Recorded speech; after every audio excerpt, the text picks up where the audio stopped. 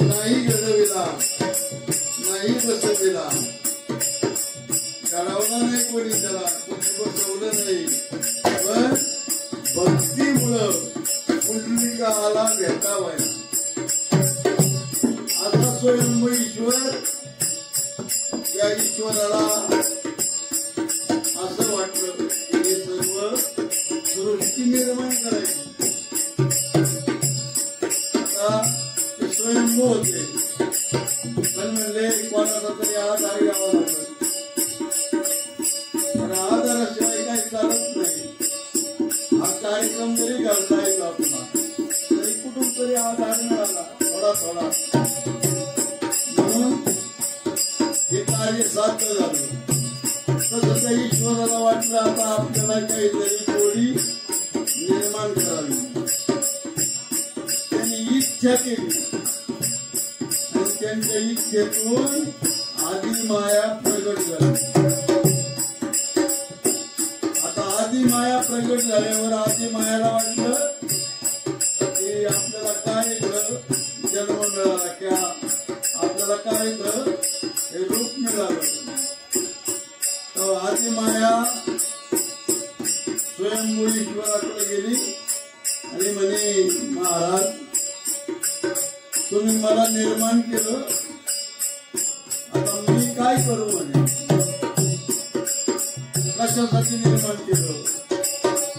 स्वयंभू ईश्वरानं म्हटलं की मला तुझ्याकडून हे सर्व जग निर्माण करायचं. निवड जगत नाही निर्माण करायचं, तर या जगामध्ये जीवसृष्टी निर्माण करायची, प्राणी निर्माण करायची. आणि मी कशी करणार, मला एकटीला जमणार नाही. आदी मायाने त्या ईश्वराला हात जोडले आणि मग ईश्वरानं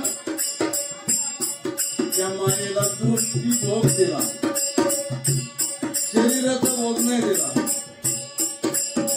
दृष्टीला दृष्टी लावली, दृष्टी भोग दिला आणि तेवढ्यावर ती माया दरोदर झाली. आता म्हणजे आता काय करणार पुढं, काय नाही म्हणजे माझी जी इच्छा होती त्या पद्धतीनं मी कार्य करणार आहे म्हणे. आता ती आदी माया 9 महिने 9 मास 9 दिवस भरली, प्रस्तुत झाली. आता तिला तिळ झालं, जुळ होते आतापर्यंत आपल्या तिळ बहुतेक होत नाही. मायेला आदी मायेला तिळ झालं, तिळ म्हणजे 3 मुलं झाली. पहिला ब्रह्मदेव, दुसरा विष्णुदेव आणि तिसरा महेश म्हणजे शंकरदेव. तर मायेला वाटलं आता हे 3 बाळं झाली, आता पुढे काय करायचं. ती पुन्हा ईश्वराकडे गेली,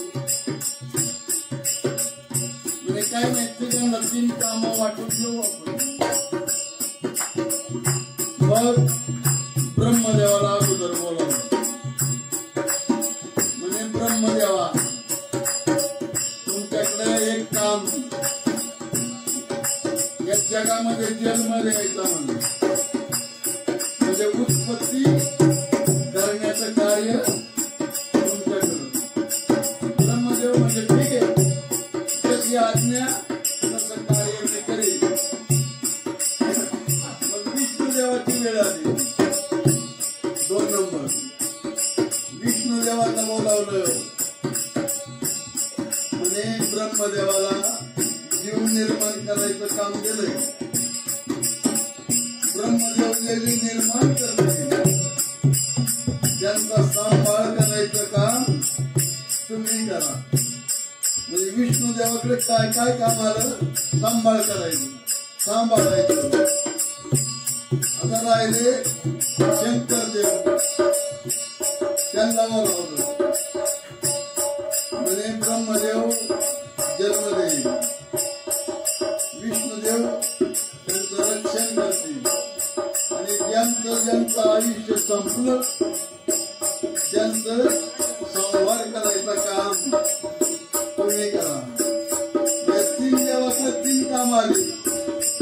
ब्रह्मदेवाकडे उत्पत्ती, विष्णुदेवाकडे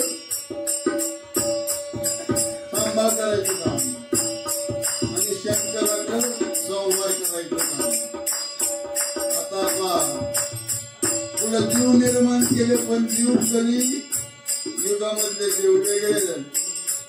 कृपाचा दोपार या युगापर्यंत बरंच सत्य होत, पण कलियुग लागलं आणि माणसं वेगळ्या विचाराची तयार झाली. मग माणसं त्यांच्या पुढचा स्वार्थ पाहायला लागलो. आता गावोगाव तुम्हाला महादेवाचं मंदिर दिसत, विष्णुदेवाचं दिसत, ब्रह्मदेवाचं मंदिर आहे का तुमच्या गावात? कारण ते जन्म देऊन बसलाय. आता काय करेल? आता पुढच्या जीवाने ठरवलं की आता ब्रह्मदेवाचं काय आता ते म्हणे विष्णुदेव सांभाळ करतो. विष्णुदेवाचं मंदिर प्रत्येक गावामध्ये आहे, ते ठरवून आहे का नाही? आणि शंकराची मंदिर आहे, त्याला संहार करतो ना, संपवणार आहे. शंकराची भक्ती करून काही लावायचा आणि आपलं आयुष्य वाढवायचं. राग येऊन खरं म्हणतो. आणि मग त्या आद्य ईश्वराला ज्ञानेश्वर महाराजांनी पहिलं नमन केलं. ओम नमो ज्ञात्या वेद प्रतिपाद्या विद्ये स्वसंवेद्या आत्मरूप. आणि म्हणून आत्मज्ञानी गणपत बाबांचं सुद्धा ज्ञान आगार होतं. त्यांनी दत्तला प्रगट केलं, दत्ताकडून वर मिळवला. मी बोलत ते खरं करा. याचा अर्थ काय की माझ्या मातेतून असं काही बोलणं होऊ दे का ते होणारच आहे. न होणारं बोलणं माझ्या मुखातून येऊ देऊ नको असा वर मिळवला. आणि बाबांनी आज्ञा केला, नमो निर्गुण नमो देवराय नमो देवराय.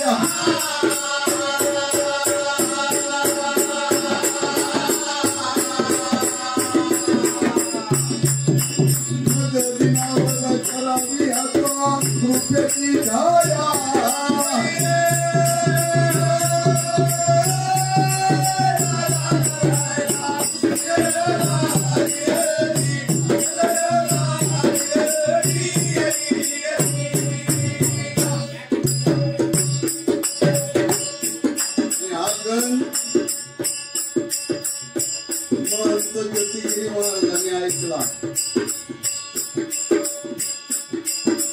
मदतीनावर कली कृपेची छाया. आणि कृपेची छाया होण्यासाठी अहमदनगरच्या डबरा भागामध्ये हमाली करणारा माणूस आमच्या गणपत बाबाकडे आकृष्ट झाले. आणि त्यावेळेला ते प्रापंचिक होते, ते काय असे संन्यासी झालेले नव्हते. प्रपंच त्यांचा चालू होता. आणि याच्या भूमीमध्ये आपण जातो ही त्यांची वडिलोपार्जित निष्ठे. प्रपंच करायचं पण परमार्थ कसा साधायचा ते आमचे सद्गुरू दत्तात्रय महाराजांकडे आले. आणि म्हणजे आता काय करू, म्हणजे तुझा प्रपंच झाला प्रपंच पूर्ण केला.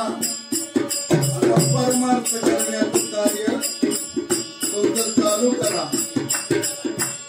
हनुमान ज्योतिगिरी महाराज यांनी संसार प्रपंच त्यागला. इमामपूरच्या घाटावर एका झाडावर झोपडी तयार केली आणि तिथं तपश्चर्या केली. तुम्हा सर्वांना माहित असेल. आणि ती तपश्चर्या करून महंत आखाडा म्हणजे मोठा मान त्यांनी मिळवला. असे आत्मज्ञानी गणपत बाबांचं कार्य ज्योतिगीर महाराजांना घडवलं आणि ज्योतिगीर महाराजांनी आम्हाला घडवलं. यांचं नेहमी वेगळं असायचं. आमचे वडील म्हणजे दत्तात्रय महाराज यांचा सल्ला ते नेहमी घ्यायचे. आणि मग त्यांनी संन्यास मार्ग घेतला आणि तो अभ्यास पूर्ण केला. तो आमच्या गणपत बाबांच्या ज्ञानाच्या आधारे त्यांनी संन्यास पूर्ण केला. अशा महंताची आज पुण्यतिथी आहे. पुण्यतिथी कोणाची होत नाही.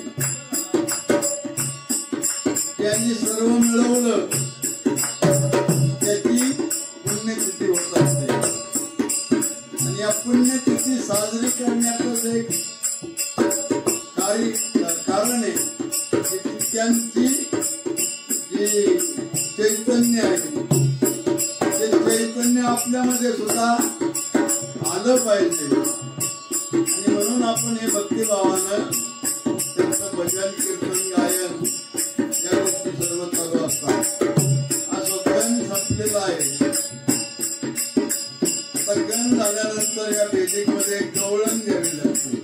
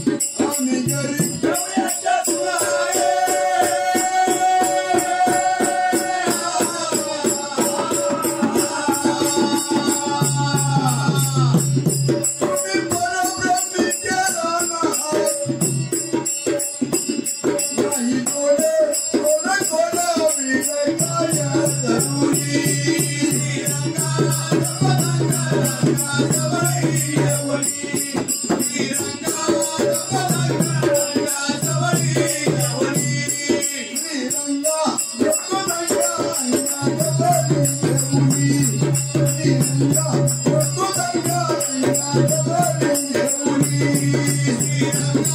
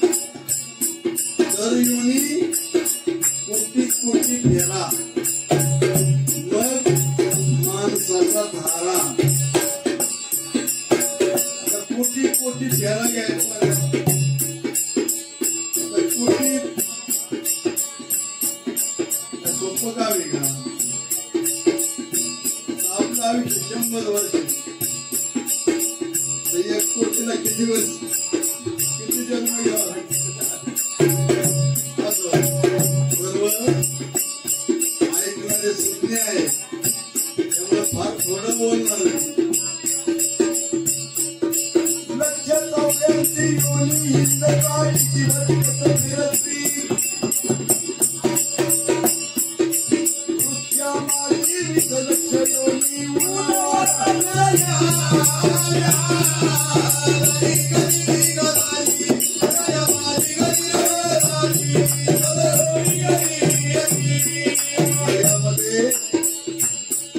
वृक्ष म्हणजे झाड, झाडाला पहिले त्याला मला जावं लागलं. झाड एकदा उगवलं जागा सोडतंय का?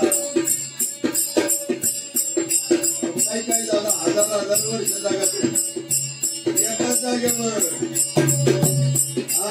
त्यांना काय जाता येत तीर्थाला, त्यांना कुठं जाता येत नाही जागेवर. असं 20 लक्ष वनस्पतीमध्ये जन्म घ्यावा लागतो. त्यानंतर पक्षाच्या योनीमध्ये जावं लागेल. पक्षी म्हणजे त्याला पंख आहे, त्याला पक्षी म्हणतो आपण. 6 लक्ष पक्षी केली गंधर्वी पक्षीच्या जन्माला गेल्यावर त्यांना काय घर आहे का, बंगला आहे का? गिरी गंधर्वी, गिरी म्हणजे उंच डोंगरावर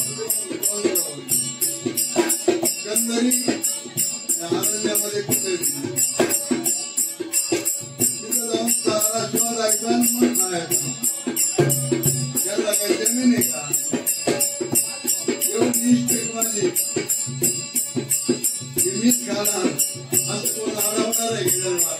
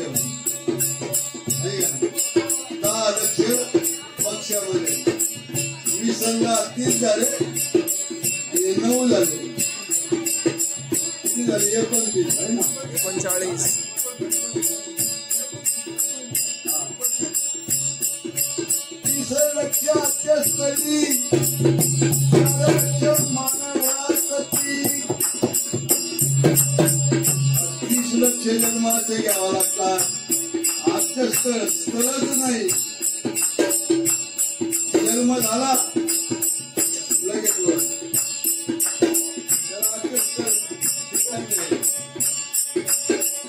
लक्ष आजच्या स्थळी 4 लक्ष मानवसती.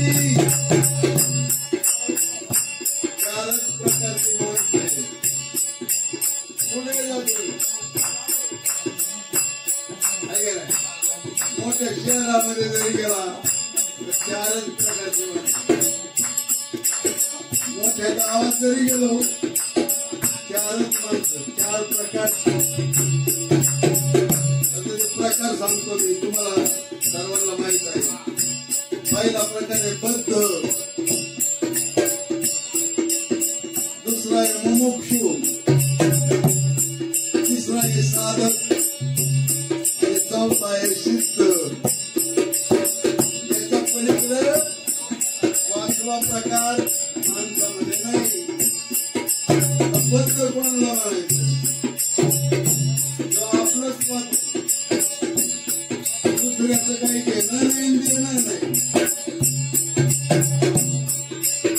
आपलं वांग वाजलं पाहिजे, दुसऱ्याचं घर जळू नाही तर शेत जळू. आपलं वांग वाजलं पाहिजे, त्याला म्हणायचं बद्ध. दुसरं झाला मुमुक्षु. मुमुक्षु कोणाला म्हणायचं? हे संत महंतांच्या कार्यामध्ये गेलो तर कोणीतरी सुज्ञ माणूस भेटतो, काहीतरी 4 ज्ञानाच्या गोष्टी सांगतो. त्यावेळेला मनामध्ये परिवर्तन होतं. देव नाही असं म्हणणारा व देव आहे असं मानायला लागतो. त्याला म्हणायचं मुमुक्षु. आणि ज्या वेळेला या मार्गाला लागतो त्यावेळेला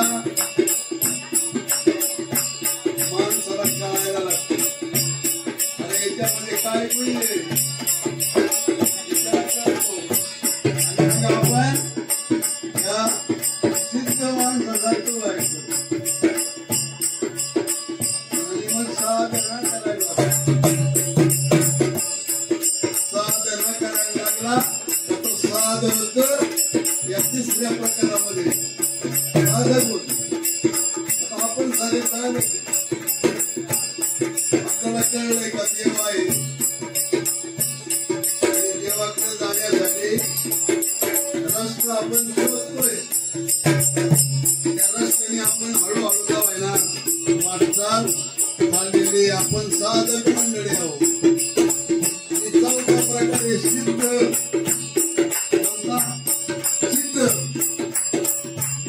ज्योतिगिरी बाबा हे सिद्ध झाले. याच्यापैकी पाचवा प्रकार तुम्हाला सांगता येईल का? मला तरी येत नाही. म्हणजे बद्ध, मुमुक्षु, साधक आणि सिद्ध असे 4 प्रकारची जीव आहेत, प्राणी आहेत. म्हणून म्हटलंय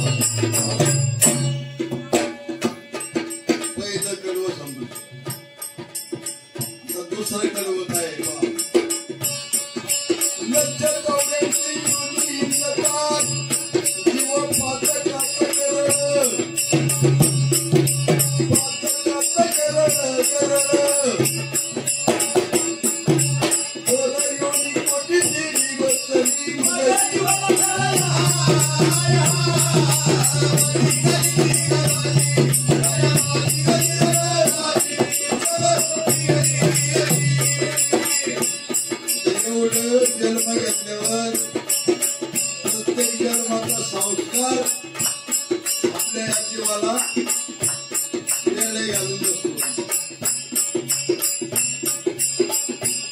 म्हणून पुढचा जन्म जरी आला तरी मागच्या जन्माचा काहीतरी गुण आपल्या बरोबर घेऊन येतो. सोपं साधं उदाहरण घ्या.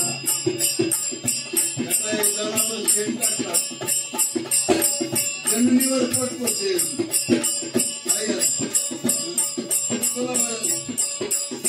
त्याच्या घालून काहीतरी पोपडा मध्ये माती जन्मातले पोपडे काही आपल्या बरोबर येतात. जरी माणसाच्या जन्माला आला या मागच्या जन्माचे संस्कार त्याच्यावर झालेले असतात. त्या पद्धतीने तो वागतो. सारे जन्माला आलेले समजा एकाच दिवशी आले बसतात सारे सारखे आहे का? म्हणून म्हटलंय योनी पूर्वीची फेरी बसली जीवाला सरळ. जीवाला जेव्हा त्रास होतो ना त्यावेळेला ते जरा सरळ येतो. जोपर्यंत त्रास नाही तोपर्यंत जीव त्याच्या पद्धतीने चालतो. म्हणून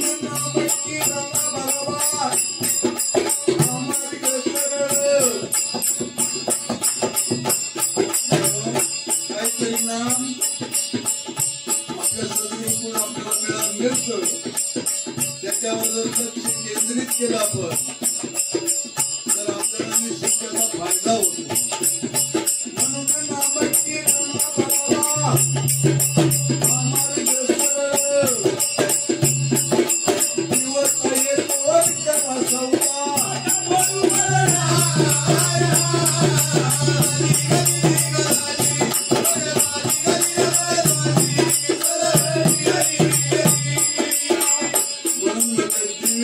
व्यवसाय येतो त्याला सौदा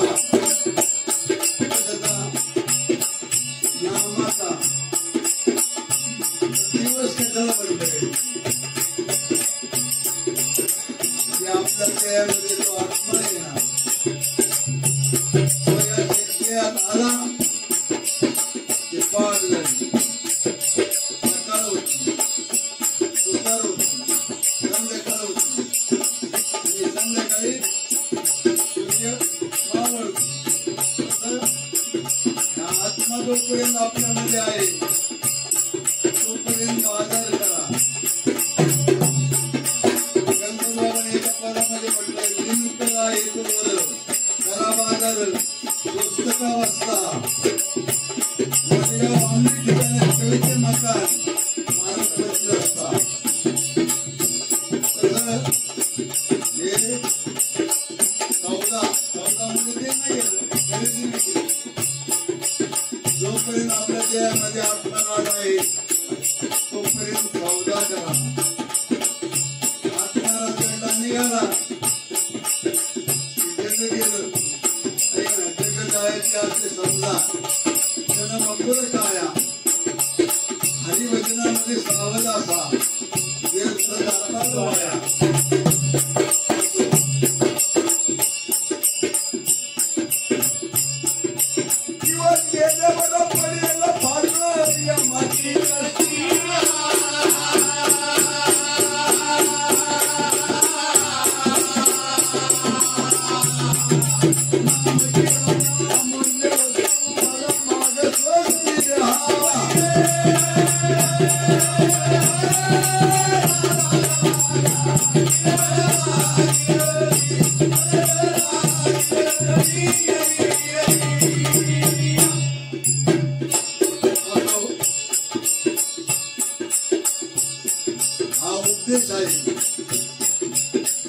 आपल्यासारख्या भक्तांनी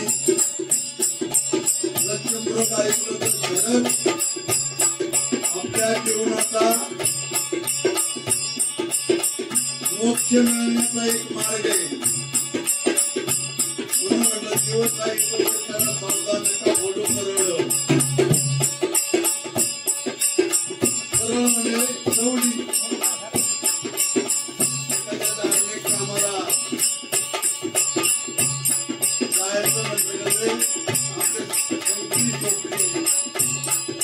काही सबब सांगतात आज माझ्या घरी आमचे त्याला म्हणतात परोळ त्याला कारण दिवस गेले मला पडेल माझ्या मातीच्या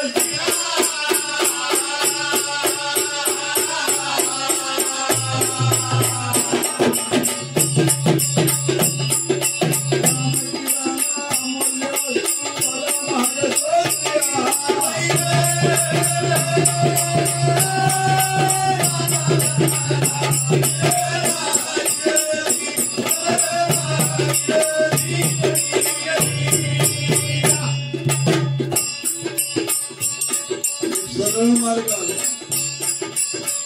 साधकाला एक एक पायरी चढत चढत तो सहजावर जातो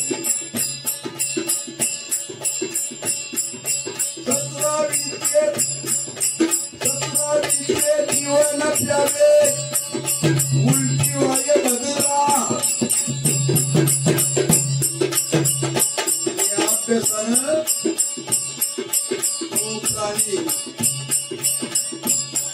त्रिवेणी संगमावर जातो त्याच्यामध्ये त्रिवेणी संगम आहे आणि तो संगम नद्यातला जसा संगम आहे तसा हा त्रिवेणी संगम आहे 17वी नदी वाहते उलटी वाहते उलटी आपल्या डोक्यातून खाली नाही राहत आधार चक्रापासून आणि म्हणून म्हटलं 17वीचे जीवन द्यावे जीवन म्हणजे पाणी उलटी वाहणाऱ्या नदीचं पाणी जो साधक पितो त्याला सर्व ज्ञान प्राप्त होतं ब्रह्मज्ञानी होतं 17वीचे जीवन प्यावे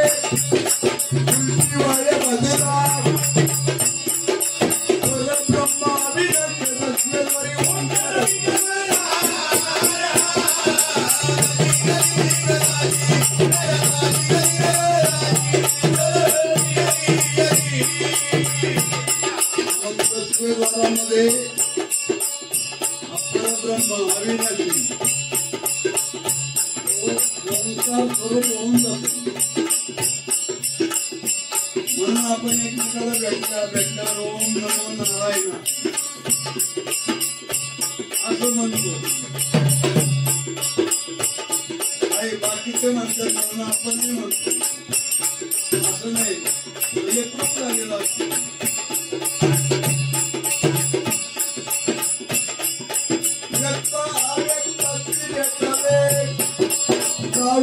मुद्रा व्यक्त आणि अव्यक्त व्यक्त म्हणजे जे दिसतंय अव्यक्त दिसत नाही त्याला म्हणायचं अव्यक्त या महाराजांनी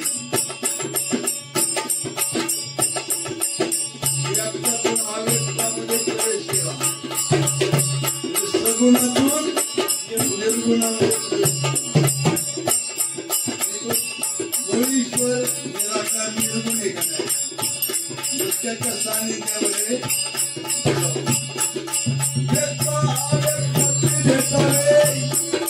लावूनिया मुद्रा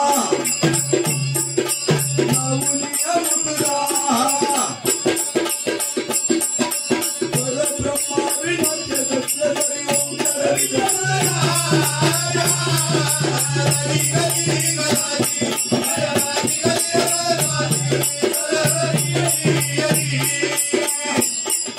तरी गणपत बाबाचं आत्मज्ञान आहे ज्योतिगीर बाबांनी ओळखलं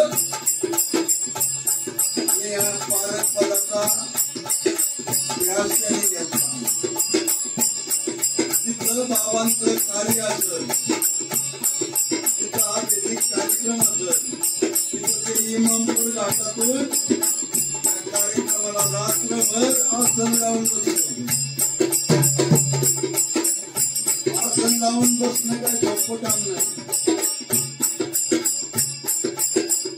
7-8 तास बसली जागा हालत अशी मांडी घातली ना अशीच मांडी शेवटपर्यंत जेवणाची होती आहे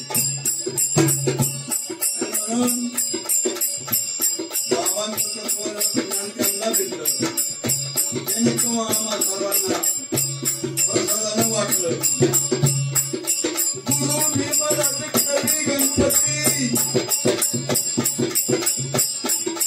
गुरु भीमराज कवी गणपती खेळे आत्मज्ञान गोष्टी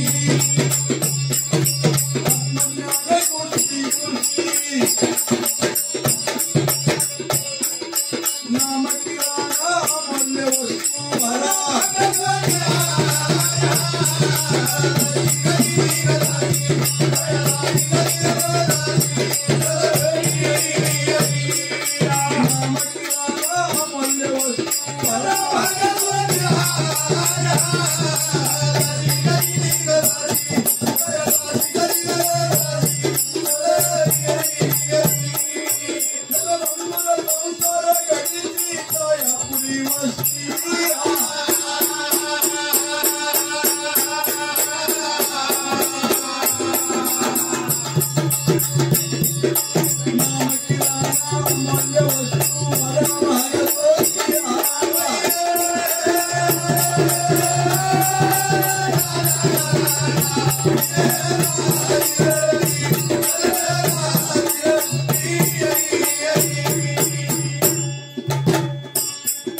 आत्मज्ञानी गणपत बाबांनी बाबांनी पाहिलं अरे मध्ये कवर एखादा चांगलं दाखवून करा गरिबी 2 रुपये मिळत नव्हते भंडारीला आलं तर 4 आणे 8 आणे आता छापायचे म्हणल्यावर हजाराचं काम आलं म्हणजे बाबा तुम्ही म्हणता ते खरंय आम्हालाही पटत पण आता एवढं काय आम्हाला करणार नाही, आमची मान मोडून कामातून जाईल, कोणी घेतली राहणार नाही. अरे म्हणजे तुम्ही काळजी करू ये तिथं घाटावर आणि तुझं काम करू टाकेल. सुप्याला टाकलं कापायला, सुपा 1000 रुपये कापायचा. स्वस्ताचा काळ होता, 8,000 रुपये लागते.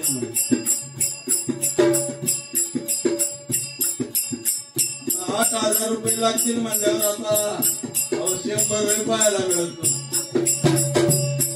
1000 रुपये 8,000 काय करावं. पण तरी 2 रुपये उसने घेतले. मला आता बाबा म्हणजे नाही घाटावर जायचं. 1 रुपये जात होतो. 55 पैसे तिकीट म्हणजे येऊन जाऊन 1 रुपयाला जात होता. 1 रुपयाचं राहिलं त्या आपल्याला करून गेलो. पहिलीच वेळ माझी झाली. तिथं घाटावर उतरलं तर ते हॉटेलवाल्याची आवाजाचे मी ओळखलो.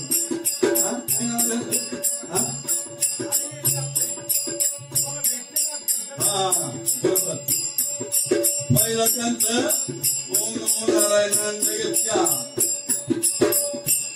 पेलो. बाबांची तुम्ही चाललेली होती. बाबाजी मला पाहिल्यावर उभे राहिले. बाबा उभे राहिले, यांचं काम नक्की व्हायचं.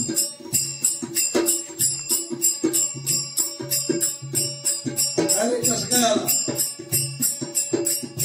आता तुम्ही नाही म्हणजे घाटावया त्या घाटावर आलो. पुढे काय करायचं ते तुम्ही तुमचं पहा. पुस्तकं कापायला टाकली का टाकली. पण म्हणलं त्यांना आज पैसे द्यावं लागते बाबा. जोळी होती, जोळी बघितलं अडकवली, खाल्लं खाली आपलं तळघर होत.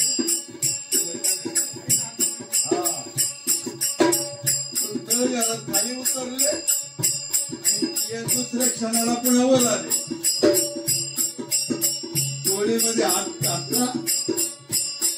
जेवढे हातात पैसे आले तेवढे माझ्या हातामध्ये टेकवले. किती आहे म्हणजे काय नाही, बरोबर आहे. म्हणजे बाबा 8,000 द्यायचे, बरोबर आहे ना. आणि मोजून पाहिजे त्यांच्या समोर वर का मला भरवसा नव्हता,